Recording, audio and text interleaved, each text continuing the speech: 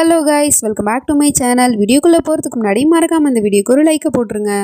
Last பார்ட்டில் நம்ம சஹர் துப்பட்டாவில் நெருப்பு பிடிச்சது கூட தெரியாமல் அவள் பாட்டிக்கே தூங்கிட்டு இருக்கா. யாரு தான் காப்பாற்ற போகிறான்னு பார்த்தா அப்போ திடீர்னு பெரியம்மாக்கு இந்த விஷயம் தெரியும் இல்லையா. அவங்க அங்கேருந்து வீல் சேரை தள்ளிக்கிட்டே கதவு உடச்சிக்கிட்டு உள்ளேயுமே வந்துடுறாங்க. சஹர்னு சொல்லிட்டு கூப்பிடுறதுக்கு ட்ரை பண்ணிட்டு இருக்காங்க. சேங்கிற அந்த வார்த்தை மட்டும்தான் வருதே தவிர ஃபுல் வார்த்தை வரவே இல்லை.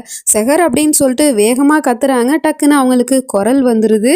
சஹருங்கிற அந்த பேரையுமே சொல்லிட்டாங்க. அவங்களால அதை நம்பவே முடியல. தொண்டையில் கையை வச்சுக்கிட்டு யா அல்லா அப்படிங்கிற மாதிரி சொல்கிறாங்க. குரல் உண்மையிலே வந்துருச்சு. அதுக்கப்புறம் அவளையுமே போய் எழுப்புறதுக்கு ட்ரை பண்ணிட்டு இருக்காங்க. சஹர் எழுந்திரிமா, நெருப்பு பத்திக்கிச்சு, எழுந்திருமா அப்படிங்கிற மாதிரி சொன்னாலும் அவள் தான் ஃபுல் மயக்கத்தில் இருக்கா இல்லையா. அதனால என்ன பண்ணுறது எது பண்ணுறதுன்னு தெரியாமல் முழிச்சிட்டு இருக்காங்க. நெருப்பு வேற பற்றிக்கிட்டு எரியுது. அது எப்படியாவது அணைச்சாகணும். அப்போ பார்த்தா அங்கே ஃப்ளவர் வாஷில் தண்ணி இருக்குது. ஸோ அதை எடுத்துட்டு தண்ணியை ஊற்றலான்னு பார்த்தா அவங்களால எட்டி எடுக்க முடியாது. ஏன்னா அது மேலே இருக்குது. என்ன பண்ணுறதுன்னு தெரியாமல் முழிச்சிக்கிட்டு இருக்காங்க. அதுக்கப்புறம் யா அல்லா எனக்கு சக்தியை கொடு அப்படிங்கிற மாதிரி சொல்லிட்டு அவங்க படிக்க எழுந்திரிக்க ட்ரை பண்ணிட்டாங்க. ஒரு வழியாக எழுந்திரிச்சும் நின்றுட்டாங்க. இப்போ அவங்களுக்கு குரலும் வந்துருச்சு, நடக்கவும் முடியுது. அப்புறம் அந்த ஃப்ளவர் வாஷில் இருக்கிற தண்ணி எடுத்துகிட்டு எரிஞ்சிட்டு இருக்க துப்பட்டா மேலேயுமே ஊற்றி ஒரு வழியாக அவளோட உயிரையுமே காப்பாற்றிடுறாங்க. ஒப்பாரி வச்சு அழுதுட்டு இருக்காங்க. நான் மட்டும் சரியான நேரத்தில் உன்னை காப்பாற்றலைன்னா உனக்கு என்ன ஆயிருக்குன்னே தெரியல, எந்திரிமா சேகர் அப்படிங்கிற மாதிரி சொல்லிட்டு பக்கத்தில் நின்று கூப்பிட்டுட்டு இருக்காங்க, தலையை தடவிக்கிட்டு. அவளுமே அரை மயக்கத்தில் பார்த்துட்டு இருக்கா. இவங்களோட ஃபேஸ் தெரியுது, பட் கிளியராக தெரியல. நான் தான் உன்னோட பெரியம்மானு வேற சொல்லிட்டு இருக்காங்க. ஆனால் அது அவளுக்கு கேட்கல, மயங்கிட்டா. அதே சமயம் இந்த பக்கம் நீலாம்பரியோ டென்ஷனில் குட்டி போட்ட பூனை மாதிரி நடந்துகிட்டு இருக்கா. அவளுக்கு என்ன ஆச்சு, அவள் செத்துட்டாளா இல்லையா, அவளோட கதை முடிஞ்சிருச்சா என்னன்னு எனக்கு தெரியலையே, போய் 2 பேரும் போய் பார்த்துட்டு வாங்க அப்படின்னு சொன்னா, நாங்கள் எப்படி போகிறது, நாங்கள் போகிற சமயம் பார்த்து அந்த பாம்பு வெடிச்சிருச்சுன்னா நாங்களும் சாகுவோம், வேணும்னா நீங்களும் எங்கள் கூட வாங்கலை அப்படிங்கிற மாதிரி சொல்லிட்டு கூப்பிட்டு அவளோ எப்படி வருவா. ஸோ அதனால இருங்க, நான் இதுக்கு வேறு ஏதாவது ஒரு ஐடியா பண்ணுறேன் அப்படிங்கிற மாதிரி முடிச்சுட்டு இருக்கும் போது அந்த பக்கம் லத்தீஃப் வரா.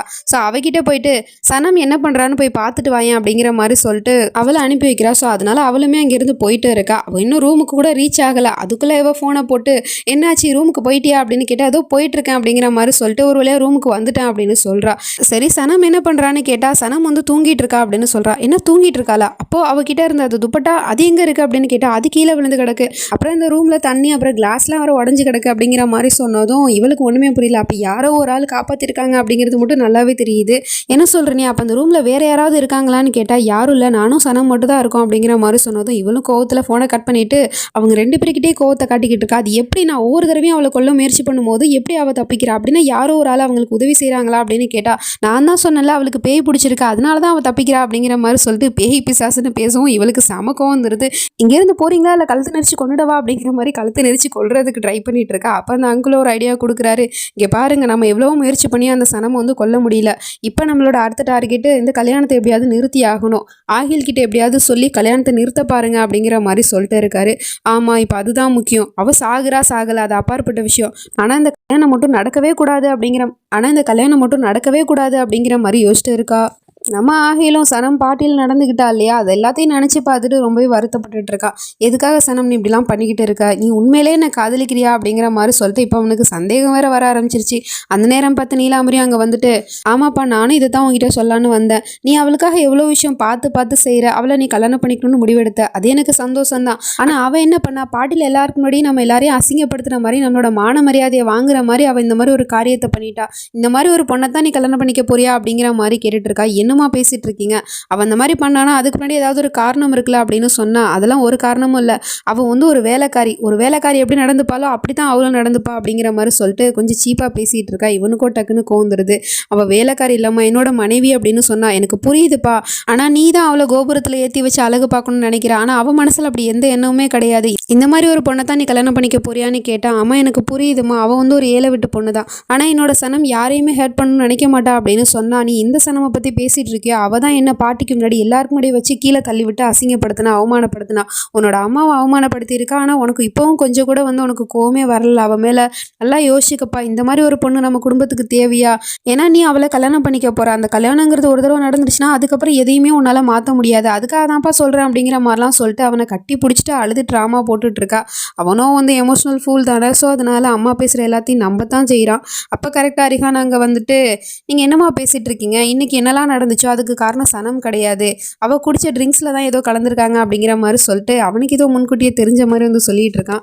என்ன சொல்லிட்டு இருக்க, அப்படிலாம் எதுவுமே இல்லையே, அதுவும் இல்லாமல் ட்ரிங்க்ஸில் யார் என்னத்தை கலக்க போகிறா அப்படின்னு கேட்டால் அது யாருன்னெலாம் எனக்கு தெரியாது, ஆனால் அவள் குடிக்கிற ட்ரிங்க்ஸில் ஏதோ ஒன்று இருந்துச்சு, ஏன்னா அவள் அந்த ட்ரிங்க்ஸை குடிச்ச அடுத்த செகண்டே தான் இந்த மாதிரி வந்து டான்ஸ் ஆட ஆரம்பிச்சா, அதை வச்சு தான் நான் சொல்கிறேன்னா யாரோ ஒரு ஆள் இந்த கல்யாணத்தை தடுத்து நிறுத்தணுங்கிறதுக்காக தான் இப்படிலாம் பண்ணிட்டு இருக்காங்க அப்படிங்கிற மாதிரி சொல்லிட்டு அண்ணங்கிட்ட தெளிவாக எக்ஸ்பிளைன் பண்ணிட்டு இருக்கான். இவளுக்கும் செம கடுப்பாகுது, யார் அப்படி நினைக்க போறான்னு கேட்டால் அதுதான் தெரியல, ஆனால் அண்ணா உண்மையிலே சனம் ரொம்ப நல்லவனா, அவளை நீங்கள் வந்து தப்பாக புரிஞ்சிக்காதீங்க, நீங்கள் 2 பேரும் கல்யாணம் பண்ணிக்கிட்டு சேர்ந்து இருக்கணும்னு தான் என்னோட ஆசையுமே, அதனால் நீங்கள் அவளை தப்பாக புரிஞ்சுக்கிட்டு இந்த கல்யாணத்தை எதுவும் நிறுத்திடாதீங்கண்ணா அப்படிங்கிற மாதிரி சொல்லிட்டு இவன் அப்படியே வந்து நீலாம்பரிக்கு அகெயின்ஸ்டாக வந்து பேசுவோம். அவளுக்கும் சமக்கும் வந்துடுது. ஆனால் ஆகில் எல்லாத்தையும் புரிஞ்சுக்கிட்டு வாடா தம்பி அப்படிங்கிற மாதிரி சொல்லிட்டு ஹக் பண்ணிட்டு இருக்கான்.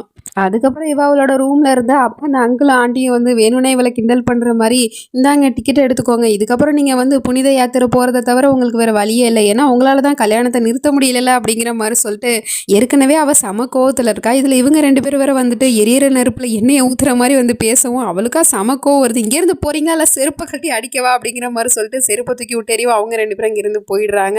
எல்லாம் நல்லா தான் போயிட்டு இருந்துச்சு. அந்த எமோஷனல் ஃபுல் ஆகில் அவனுமே வந்து நான் சொன்ன எல்லாத்தையும் கேட்டுட்டு நம்பிட்டு அவன் கல்யாணத்தையுமே நிறுத்தியிருப்பான். ஆனால் திடீர்னு வந்து இந்த ரிஹான் அவனை நான் தான் பெத்தனா இல்லை எப்படி தான் அவன் வந்து என் வயிற்றுல வந்து பிறந்தானே தெரியல, நான் பெத்த பிள்ளையா இருந்துக்கிட்டு அவன் எனக்கு அகெயின்ஸ்டாக வந்து பேசிகிட்டு இருக்கான். இன்றைக்கி அவன் எனக்கு சப்போர்ட் பண்ணி தான் நின்றுருக்கணும், அதை விட்டுட்டு அந்த ஆகில் அவனுக்கு சப்போர்ட் பண்ணுறங்கிற பேரில் என்னோட மொத்த பிளானையுமே கெடுத்துட்டான். ஆனால் எது நடந்தாலும் சரி நான் இந்த கல்யாணத்தை மட்டும் நடக்கவே விட மாட்டேன் அப்படிங்கிற மாதிரி சொல்லிட்டு வில்லத்தனமாக யோசிச்சுட்டு இருக்கா. இப்போ மார்னிங் ஆகிடுச்சு. நம்ம சகரும் மயக்கத்துலேருந்து கண்ணு முழிக்க ஆரம்பிக்கிறா. அவளுக்கு எழுந்திரிச்சோன்னே பயங்கரமாக தலைவலிக்குது. அது மட்டும் இல்லாமல் நைட் நடந்த விஷயத்தை யோசிச்சு பார்த்துட்ருக்கா. நைட்டு அவள் பண்ணதெல்லாம் கண்ணு முன்னாடி வந்துட்டு போகுது. ஆனால் நான் ஏன் அப்படி நடந்துக்கிட்டேன் அப்படிங்கிற மாதிரி யோசிச்சுட்டு இருக்கா. அது மட்டும் இல்லாமல் அங்கே பார்த்தா தண்ணியெல்லாம் கீழே ஊற்றி கிடக்கு. அது மட்டும் இல்லாமல் கிளாஸ்லாம் வேறு உடஞ்சி கிடக்கு இல்லையா. ஸோ அது எல்லாத்தையும் பார்த்துட்டு அந்த துப்பட்டா வேறு கீழே விழுந்து கிடக்கு. துப்பட்டா எப்படி கீழே விழுந்துச்சு அப்படின்னு சொல்லிட்டு அதை எடுத்து பார்த்தா அதில் வந்து வெடிமருந்து ஸ்மெல்லு வந்துட்டுருக்கு. இதில் எப்படி வெடிமருந்து ஸ்மெல்லு வந்துச்சு அப்படிங்கிற மாதிரி சொல்லிட்டு பார்த்துட்ருக்கா. அப்போ தான் ஆகிலுமே அங்கே கரெக்டாக உள்ளே வரான். என்னாச்சு சனம், நீ இப்போ நல்லா இருக்கியா, உனக்கு உடம்பு ஓகேவா அப்படின்னு கேட்டா நல்லா இருக்கேன் அப்படின்னு அவளும் சொல்கிறா. சரி நேற்று நைட்டு உனக்கு என்னாச்சு, நீ ஏன் அப்படி பிஹேவ் பண்ண அப்படின்னு கேட்டா அது எனக்கே தெரியல ஆகில், நான் வந்து அந்த ஜூஸை குடிச்சதுக்கு அப்புறமா தான் அப்படி நான் வந்து ரியாக்ட் பண்ண ஆரம்பிச்சிட்டேன். ஐம் ஸோ சாரி ஆகில், நான் ஏதாவது தப்பாக பண்ணிட்டேன்னா என்னை மன்னிச்சிருங்க அப்படிங்கிற மாதிரி சொன்னா.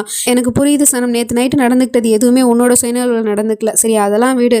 இப்போ நான் உங்ககிட்ட ஒரு முக்கியமான விஷயத்தை பற்றி பேசணும், அதாவது நான் உங்ககிட்ட ஒரு விஷயத்தை பற்றி கேட்கணும் அப்படின்னு சொல்கிறான். என்னன்னு கேட்டால் நீ என்ன நிஜமாவே காதலிக்கிறியா அப்படின்னு கேட்குறான். என்ன அப்படி கேட்குறானே அப்படிங்கிற மாதிரி அவளும் பார்த்துட்ருக்கா. ஆமாம் சனம், இன்னைக்கு நம்ம 2 பேருக்கும் கல்யாணம் நடக்க போகுது, கல்யாணத்துக்கு முன்னாடி எந்த ஒரு டவுட்டும் இருக்கக்கூடாதுல்ல, அதுக்காக தான் நான் கேட்குறேன், உண்மையிலே நீ என்ன காதலிக்கிறியா அப்படிங்கிற மாதிரி கேட்டுட்டு இருக்கான். அதுக்கு அவளோ என்ன சொல்கிறதுன்னு தெரியாமல் முழிச்சிட்டு இருக்கா. ஏன்னா அவளோட மனசில் முழுக்க முழுக்க ரிஹான் தான் இருக்கான். இவன் வந்து இப்படி கேட்டால் என்னத்தை பதில் சொல்கிறதுன்னு தெரியாமல் எதுக்காக ஆகில் இப்படிலாம் பேசிகிட்டு இருக்கீங்க, உங்களுக்கு எந்த சந்தேகமும் வேணாம், நான் உங்களை முழு மனசோட தான் கல்யாணம் பண்ணிக்க சம்மதிச்சேன் அப்படிங்கிற மாதிரி சொல்கிறா. உடனே அவனுக்கும் ரொம்ப சந்தோஷம். இது போதும் சனம், இதுக்கப்புறம் ஒன்றும் பிரச்சனை இல்லை, சரி நீ போயிட்டு ரெடியாகு, உன்னை கல்யாண கோலத்தில் பார்க்கறதுக்கு நான் ரொம்ப ஆர்வமாக காத்துட்ருக்கேன், சரி நான் போயிட்டு தொழுதுட்டு வரேன் அப்படிங்கிற மாதிரி சொல்லிட்டு அவன் இங்கேருந்து போயிடுறான். அதுக்கப்புறம் இவ ரிஹானை நினச்சி ஃபீல் பண்ணிக்கிட்டே இருக்கா. என்னதான் இருந்தாலும் இதுக்கப்புறம் எதையுமே மாற்ற முடியாது, இன்றைக்கி எனக்கு கல்யாணம் நடக்க போகுது, அதுவும் ஆகில் கூட, அதுவும் எதுக்காக நான் அவனை கல்யாணம் பண்ணிக்க போகிறேன், பணத்துக்காக தானே, என்னோட வாழ்க்கையை மாற்றணுங்கிறதுக்காக தான், அதனால நான் எது பண்ணாலும் சரியாக தான் இருக்கும் அப்படிங்கிற மாதிரி யோசிச்சுட்டு இருக்கா. அப்போ தான் பெரியம்மாவுமே வெளியிலேருந்து வந்து வீட்டுக்குள்ளே வந்துட்டு இருக்காங்க. கரெக்டாக அவளை பார்த்துட்டு சகர்னு சொல்லிட்டு கூப்பிட போகிற நேரமாக பார்த்து அங்கே அந்த வேலைக்காரியும் வந்துட்டு தடுத்துடுறா.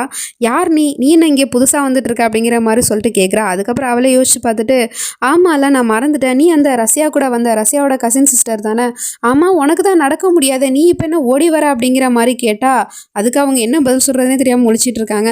அப்படின்னா உன்னால் நடக்க முடியும், நீ எல்லாரையும் வந்து முட்டாளாக்கிட்டியா, இந்த விஷயத்தை பற்றி இப்போயே நான் போயிட்டு நீலாம்பரி கிட்ட சொல்கிறேன் அப்படிங்கிற மாதிரி சொல்லிட்டு கிளம்புனா, இல்லை நீங்கள் நீலாம்பரி கிட்டலாம் போய் எதுவுமே சொல்லாதீங்க, எனக்கு இப்போ தான் குணமாச்சு அப்படிங்கிற மாதிரி சொல்லிட்டு பேச ஆரம்பிக்கிறாங்க. அப்படின்னா உன்னால் பேசவும் முடியுமா, இத்தனை நாளாக பேச முடியாத மாதிரி உண்மையாக வர நடிச்சிட்டு இருந்திருக்கியா அப்படிங்கிற மாதிரிலாம் கேட்டால் எனக்கு உண்மையிலே உடம்பு சரியில்லாமல் தான் போச்சு, நான் இப்போ தான் வந்து ரெக்கவர் ஆகிட்டேன் அப்படிங்கிற மாதிரி சொன்னதும் சரி நானும் தனியாக அந்த வீட்டில் எத்தனை வேலை தான் பார்த்துட்டு இருக்கிறது, அதனால நான் போயிட்டு கொஞ்சம் நேரம் ரெஸ்ட் எடுக்கிறேன், நீ வந்து இந்த வீட்டெல்லாம் கூட்டி பெருக்கிற அப்படிங்கிற மாதிரி சொல்லிட்டு அவங்க கையில் ஜாடை கொடுத்துட்டு அங்கேருந்து போயிடுறா.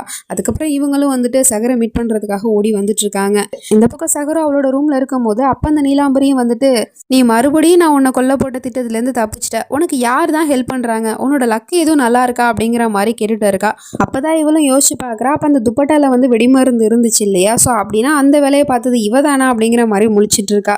யார் உனக்கு ஹெல்ப் பண்ணுறா, உண்மையை சொல்லு அப்படிங்கிற மாதிரி கேட்டதும் இவளுக்கும் வந்து அந்த மயக்கத்தில் வந்து பார்த்தா இல்லையா பெரியம்மாவோட ஃபேஸு, அவங்களோட ஃபேஸ் தான் ஞாபகத்துக்கு வந்துட்டு போகுது. பட் இருந்தாலும் இவகிட்ட அதை சொல்லலை. யாராக இருந்தால் தான் உனக்கு என்ன, ஆனால் நீயும் நல்லா தான் ட்ரை பண்ணியிருக்க, என்ன கொல்றதுக்கு திரும்பவும் முயற்சி பண்ணியிருக்க, ஆனால் அதில் நீ திரும்பவும் தோத்துட்டல அப்படிங்கிற மாதிரி சொன்னால், எப்போதும் நீ இதே மாதிரி தப்பிச்சிட்டே இருப்பேன்னு மட்டும் நினைக்காத, ஒரு நாள் இல்லை ஒரு நாள் என் கையால் தான் உனக்கு சாவு அப்படிங்கிற மாதிரி மிரட்டிட்டு அங்கேருந்து போயிடுறா. அதே சமயம் பெரியம்மாவும் வந்துட்டு சகரை மீட் பண்ணுறதுக்காக ஓடி வந்துட்டு இருக்காங்க. அப்போ தான் அவளுமே வந்து சகர் ரூம்லேருந்து நீலாம்பரியும் வெளியே வந்துட்டு இருக்கா. டக்குன்னு அவளை பார்த்துட்டு இவங்க அந்த பக்கமாக ஒளிஞ்சிட்டு இருக்காங்க. கண்ணு தெரியாது, பட் இருந்தாலும் ஸ்மெல்லை வச்சு அவள் கண்டுபிடிச்சிருவா இல்லையா. ஸோ அதனால் அங்கேருந்து வந்தவ திடீர்னு பெரியம்மா கிட்ட வந்த உடனே அப்படியே ஸ்டாப்பாகி நின்றுட்டு இருக்கா. கண்டுபிடிச்சிருவாளோ அப்படிங்கிற மாதிரி சொல்லிட்டு அவங்களுமே அப்படியே பயந்து போயிட்டு பார்த்துட்டு இருக்காங்க. ஆனால் அவள் ஒரு நிமிஷம் அந்த இடத்துல நின்று யோசிச்சுட்டு, சேச்சா இந்த இடத்துல யார் இருக்க போகிறா அப்படிங்கிற மாதிரி சொல்லிட்டு அங்கே இருந்து போயிடுறா. இந்த பக்கம் நம்ம சனமே அவங்க கிட்ட அடைப்பட்டு கிடக்குறா இல்லையா. ஸோ அதனால அந்த ரவுடி பசங்க எல்லாரும் அந்த பக்கமாக நின்று பேசிகிட்டு இருக்கானுங்க. இவ எப்படியாவது வந்து ஆகிலுக்கும் சகருக்கும் நடக்கிற அந்த கல்யாணத்தை வந்து தடுத்து நிறுத்தியே ஆகணும், இல்லைனா எல்லாரோட வாழ்க்கையும் பாதிச்சிடும் அப்படிங்கிற மாதிரி சொல்லிட்டு இங்கேருந்து எப்படியாவது தப்பிக்கணும் அப்படிங்கிற மாதிரி யோசிச்சுட்டு இருக்கா. அப்போ தான் அங்கே நின்றுட்டு இருக்கவனோட ஒருத்தவனோட பாக்கெட்டில் வந்து கன்று பின்னாடி பக்கமாக வச்சுருக்கான். அதே போலும் கவனிச்சுட்டு அங்கேருந்து மெதுவாக போயிட்டு அவனுங்க கிட்டேருந்து அந்த கன்னை பிடுங்கிட்டு ஷூட் பண்ணிவிடுவேன் அப்படிங்கிற மாதிரி மிரட்டிகிட்டு இருக்கா. ஏய் பொண்ணே, அந்த கன்னை என்கிட்ட கொடு அப்படின்னு சொன்னாலும் என்னை இங்கேருந்து போக விடுங்க, இல்லைனா அவங்க எல்லாரையும் நான் ஷூட் பண்ணிவிடுவேன் அப்படிங்கிற மாதிரி சொல்லிட்டு மிரட்டிக்கிட்டு இருக்கா. அப்படியே அங்கே கட் பண்ணால் இந்த பக்கம் நம்ம சகரோ வந்துட்டு ரிஹானை நினச்சி பார்த்துட்டே இருக்கா. இன்றைக்கி எனக்கு கல்யாணம் நடக்க போகுது. எல்லாரும் தன்னோட வாழ்க்கையில் ஆசைப்பட்டவனை தான் கல்யாணம் பண்ணிப்பாங்க. ஆனால் என்னோட வாழ்க்கையை பற்றியா, நான் ஆசைப்பட்டவனை கல்யாணம் பண்ணிக்க முடியல. ஆனால் சொத்துக்காக நான் இன்றைக்கி வேற ஒருத்தவனை கல்யாணம் பண்ணிக்க வேண்டியதாக இருக்குது. அதுவும் என்னோட வாழ்க்கையை மாற்றுறதுக்காக தானே. இதுக்கப்புறம் இதை பற்றி யோசிச்சு எந்த ஒரு பிரயோஜனம் இல்லை அப்படிங்கிற மாதிரி சொல்லிட்டு தலையில் வந்து அந்த பொண்ணோட ஷாலை வந்து போடுறதுக்காக போயிட்டு இருக்கா. அப்போ கரெக்டாக பெரியம்மா வந்துட்டு அந்த ஷாலை பிடுங்கிட்டு இது உனக்கானது இல்லை அப்படிங்கிற மாதிரி சொல்லிட்டு பிடுங்கி வச்சுட்டு இருக்காங்க. அவ்வளோ பார்த்துட்டு மயக்க நிலையில் இவங்கள தானே பார்த்துட்டு நீங்களா அப்படின்னு கேட்டால், இது உனக்கானது இல்லை, இது உன்னோட அக்காவுக்கு சொந்தமானது அப்படிங்கிற மாதிரி சொல்லிட்டு இருக்காங்க. ஒரு வழியாக உண்மையை சொல்லிட்டாங்க. அப்படியே அவள் ஷாக்கோட பார்த்துட்டு இருக்கா. என்னது அக்காவா அப்படிங்கிற மாதிரி சொல்லிட்டு. இதுக்கப்புறம் நடக்க போகுது அப்படிங்கிறதெல்லாம் நம்ம நெக்ஸ்ட் பார்ட்டில் தான் பார்த்து தெரிஞ்சுக்கணும். அது வரைக்கும் பை ஃப்ரெண்ட்ஸ்.